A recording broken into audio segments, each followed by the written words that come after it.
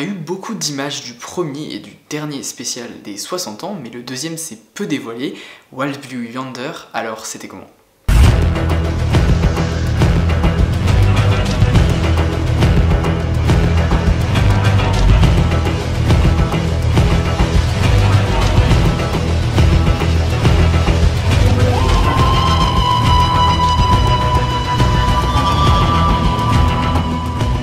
Déjà, on peut commencer par parler de la promo qui n'a dévoilé pratiquement aucune image de l'épisode, et ça a entretenu mine de rien un mystère énorme. Et cet aspect de plonger dans l'inconnu, ça a clairement fait la force de l'épisode.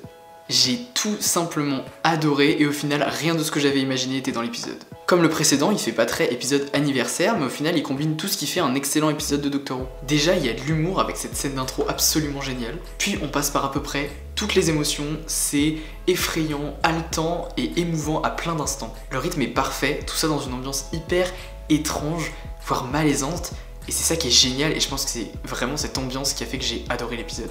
C'est un épisode concept très proche d'un Midnight, avec une histoire très simple mais qui marche à la perfection. Et avec une fin qui au premier abord je trouve plutôt réussie, donc bravo RTD. La relation entre le Docteur et Donna c'est au cœur de l'épisode et c'est tellement bien écrit et on prend tellement de plaisir à les suivre et à avoir peur pour eux. Au final toute cette histoire c'est un peu un prétexte pour développer la relation entre le Docteur et Donna. Le duo porte vraiment tout l'épisode sur ses épaules et les acteurs sont sans surprise brillants. Et ça y est, je trouve qu'on sent vraiment que David Tennant nuance son jeu pour s'approcher beaucoup plus du 14e Docteur que du 10e.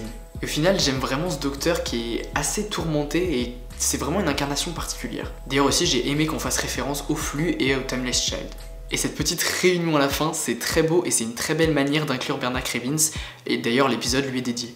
La menace, alors je vais pas trop en dire, mais je m'attendais à tout sauf à ça. Ça colle au final hyper bien avec l'histoire de l'épisode. C'est une idée simple, mais qui est vraiment terrifiante et qui offre plein d'opportunités et l'épisode les explore vraiment toutes. Et au niveau des effets spéciaux, ça donne lieu à des trucs tellement kitsch, mais qui sont au final plutôt bons. Et encore une fois, on sent qu'il y a vraiment beaucoup de budget. Même dans le décor du vaisseau qui est vraiment hyper convaincant, on s'y croit. Et c'est aussi dans cet aspect hyper kitsch des effets spéciaux qu'on retrouve une vraie essence à la Doctor Who.